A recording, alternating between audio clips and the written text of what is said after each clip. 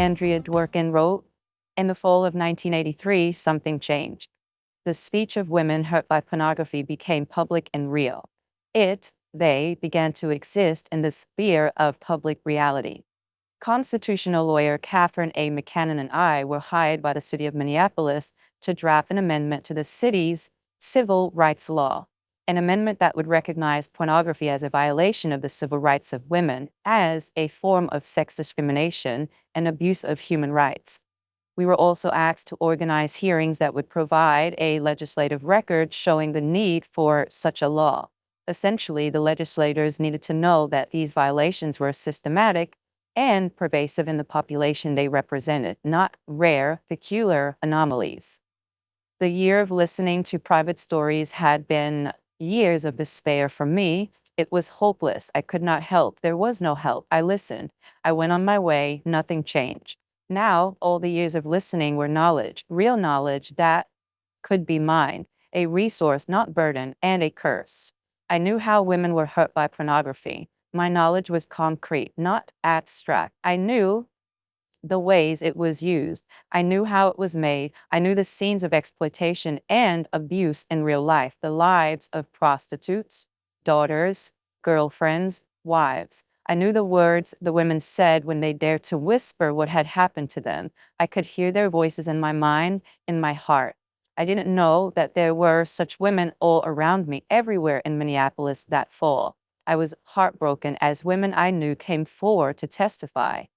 Though I listened with an outer detachment to the stories of rape, incest, prostitution, battery, and torture, each in the service of pornography, inside I wanted to die.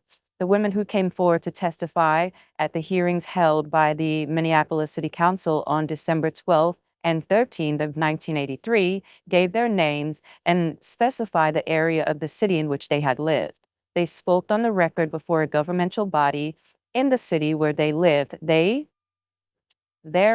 were for families, neighbors, friends, employers, teachers, and strangers to see, to remember.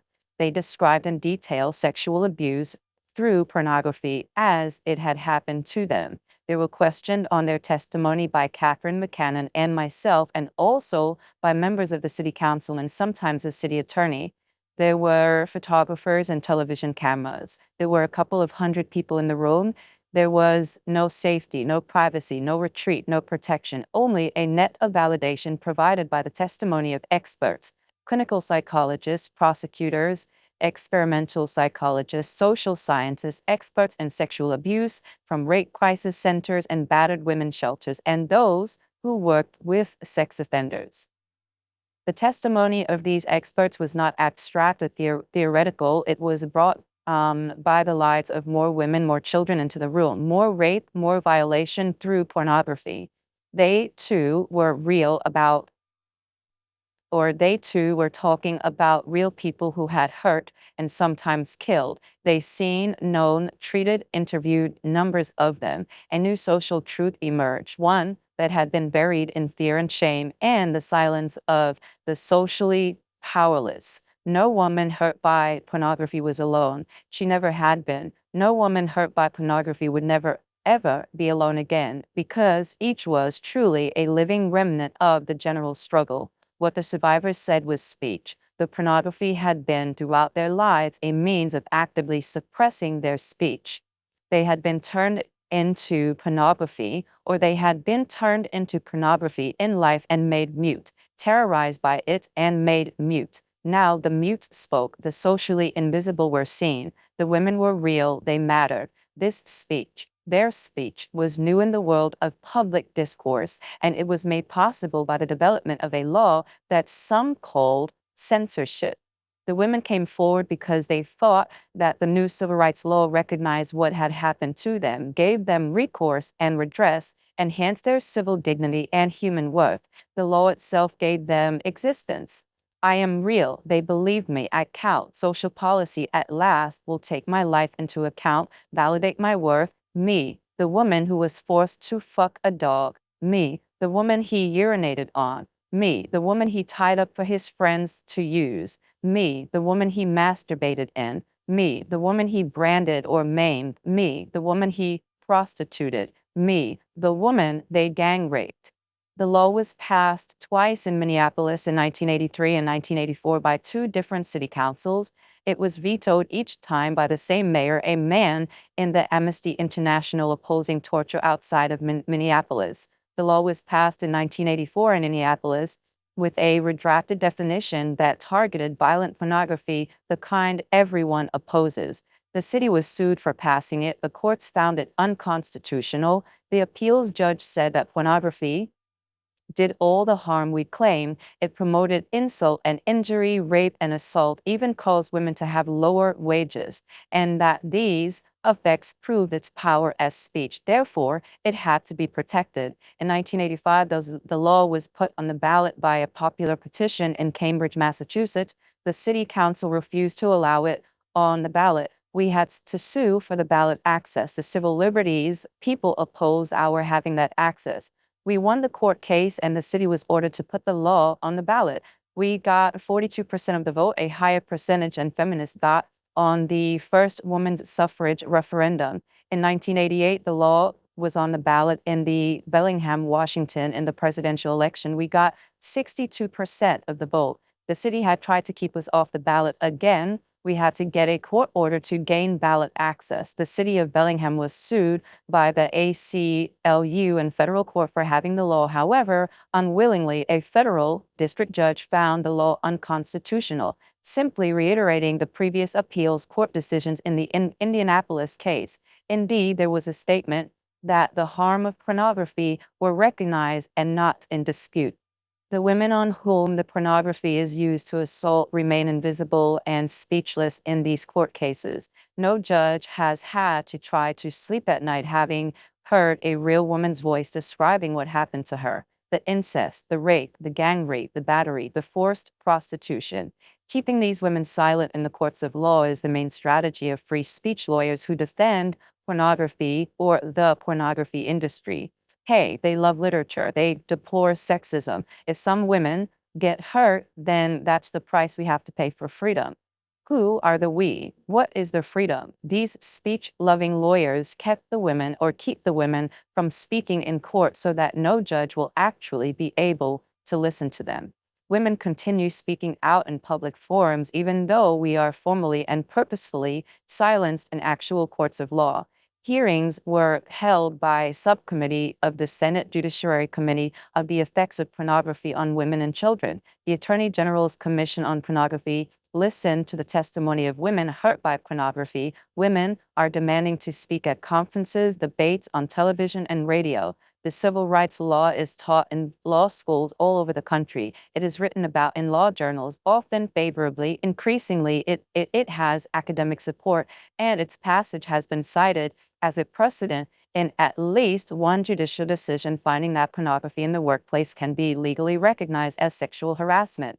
The time of silence, at least a time of absolute silence, is over, and the civil rights law developed in Minneapolis has had the impact around the world. It is on the agenda of legislators in England, Ireland, West Germany, New Zealand, Tasmania, and Canada. It is on the agenda of political activists all over the world. So remember I said before how men use sex to program women, and there's actually a chemical factor that affects the brains of women, and sex and the programming that sex is pleasurable or women need to have sex with men comes from that programming, that pornography that she also indulges in. And he has to make her participate. And how does he make her participate? He makes her participate with his own chemical warfare. We spoke about semen, and we spoke about how semen dumbs women down and it lowers her defenses, right? So a lot of the times when people do talk about pornography, it can directly link the addiction to pornography from what they call the dopamine hit that men and women get from watching it. And the reason why pornography is so damaging to women is because it perpetuates what the male wants her to do. It perpetuates how the male wants her to behave.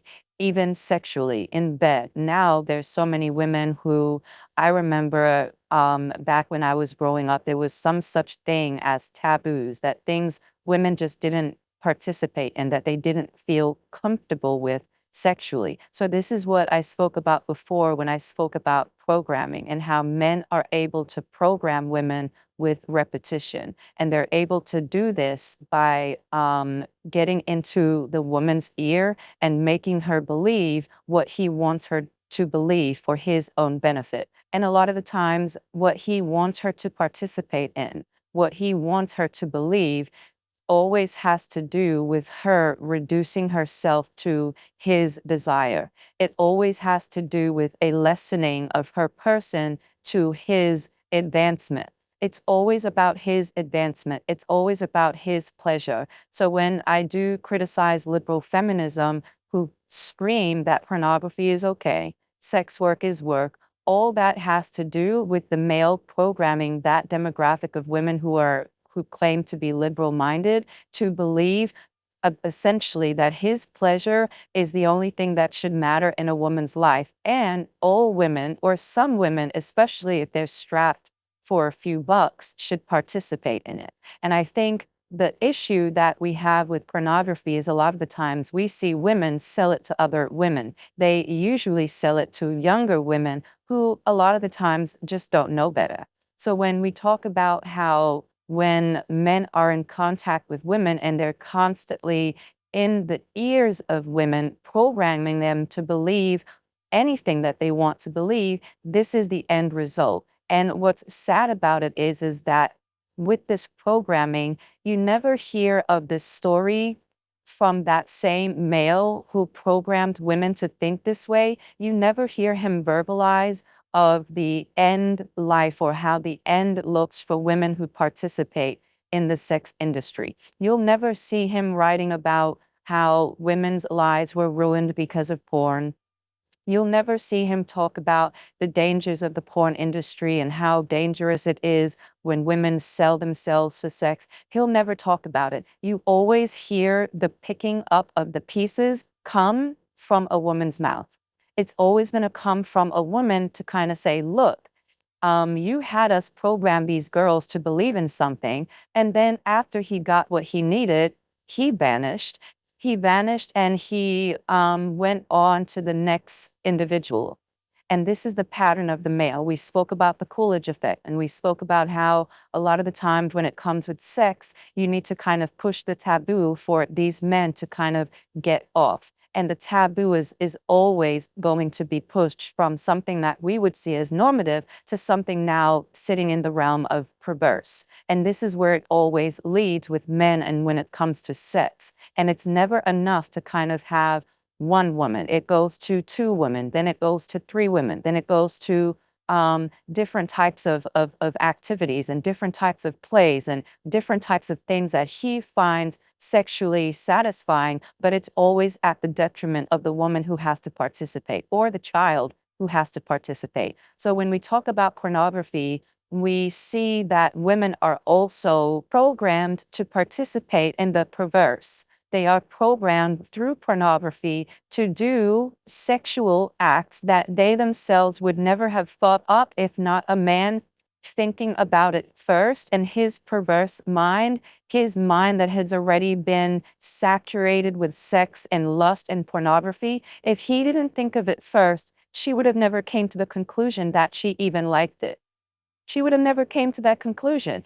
It's similar to the whole condom thing and me talking about how there's so many women on the internet complaining about IUDs and they're complaining about birth control and they're complaining about weight gain that they get from birth control and all of these hormonal changes that their bodies are going through because they refuse to use condoms. And a lot of the times they say, well, condoms don't work or condoms are not effective, but it's always when I think or when I hear that, I have to think of this has a lot to do with males and their pleasure and them convincing women that sex feels better without any protection.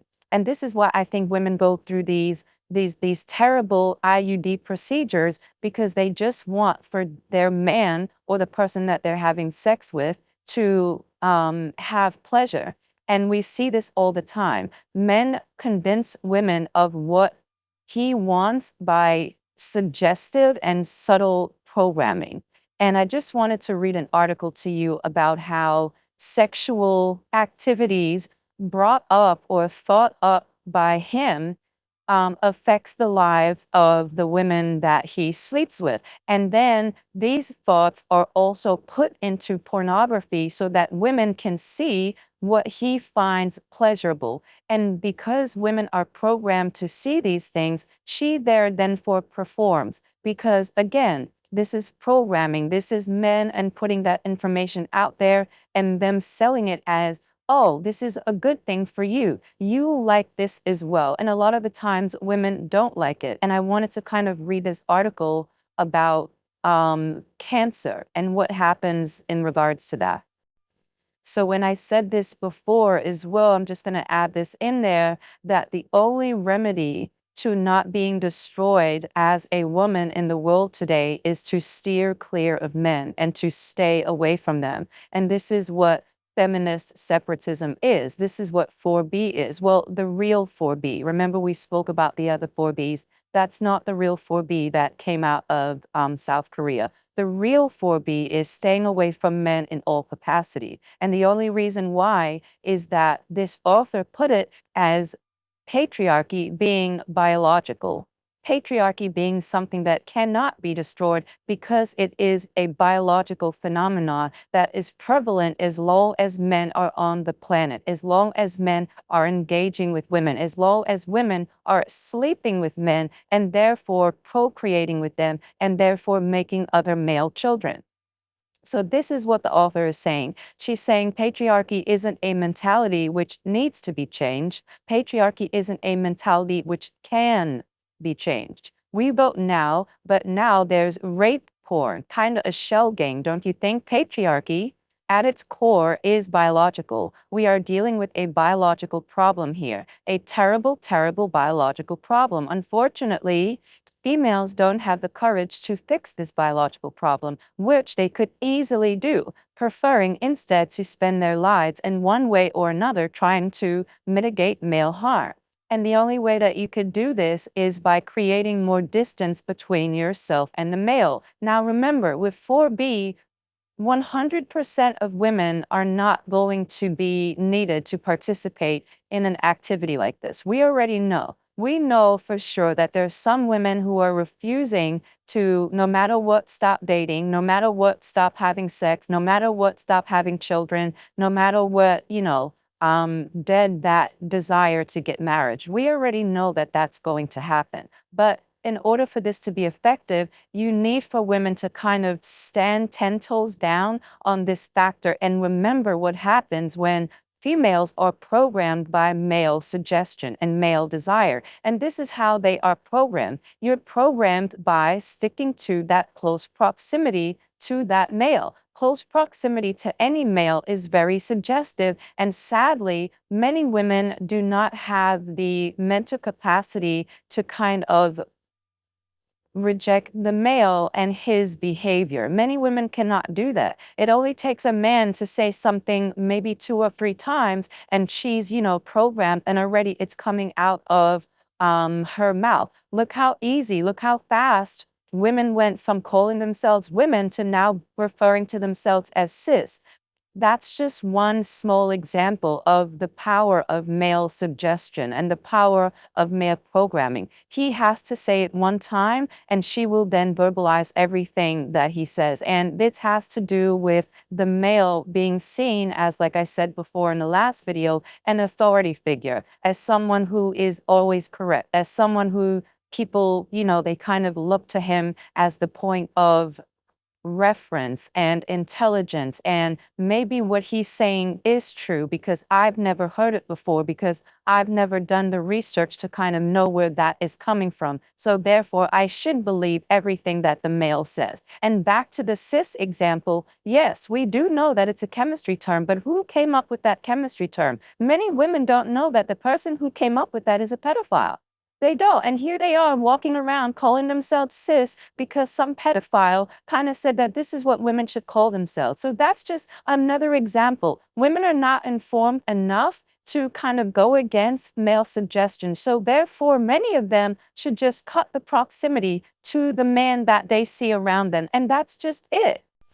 So there were so many articles about this sexually transmitted disease. And I remember reading an article maybe a few years back that suggested that this sexually transmitted disease is not showing up the place that it previously showed up in the recent years, and how now there is an increase in women, younger women developing throat cancer. And these women are coming down with HPV in their throat, in their oral cavity. So the article, I'm going to read it to you. It's from the newsroom and News and Publication, and it says a wide breadth of behaviors surrounding oral sex may affect the risk of oral HPV infection and of a virus is associated with head and neck cancer that can be spread through this route.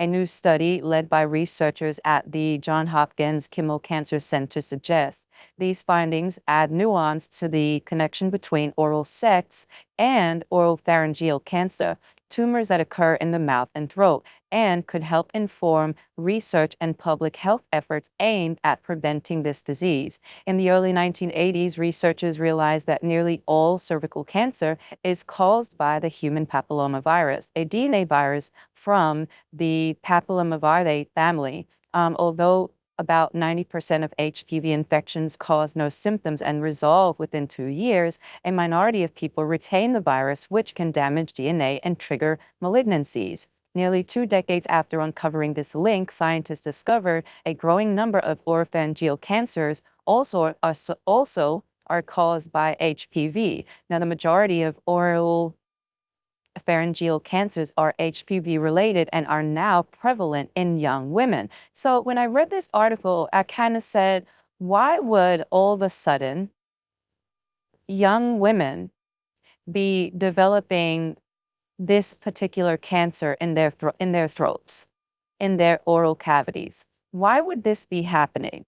And the only connection that I can think of, it would have to be the porn industry. And it sounds crazy to kind of link oral cancer to pornography, but just think about it for a minute. And if I do get graphic, then I apologize. But when you think about male and their poor hygiene, and how many of them, we saw the studies, we hear about the studies, many of them, they don't wash their hands, they have a problem with washing their nuts, they have a problem with washing their ass, and they also have a problem with washing their genitalia. Men, for the most part, don't get the hygiene training that girls do. And the reason why girls get that training is because there's always a stigma on the bodies of young women and girls, right? There's always this stigma, even in the drag community.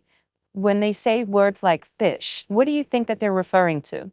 They're referring to the bodies of women and they're calling women fishy. So when it comes to hygiene, if everything is okay down there, women for the most part had better hygiene than men do, than young boys do, in some cases, right? And if you disagree, you can go into the comment section, that's fine. But back to this prevalence or this new rise in oral cancer with these young women and HPV being found in their throats, and you have to kind of put the two together and say, were these girls participating in that would make them develop this type of STD in their throats? The only explanation to me would be pornography and young ladies participating in oral sex with these men.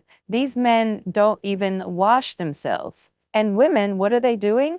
They're seeing these men and they're participating in oral sex activities with them. And then a few years down the road, here they are diagnosed.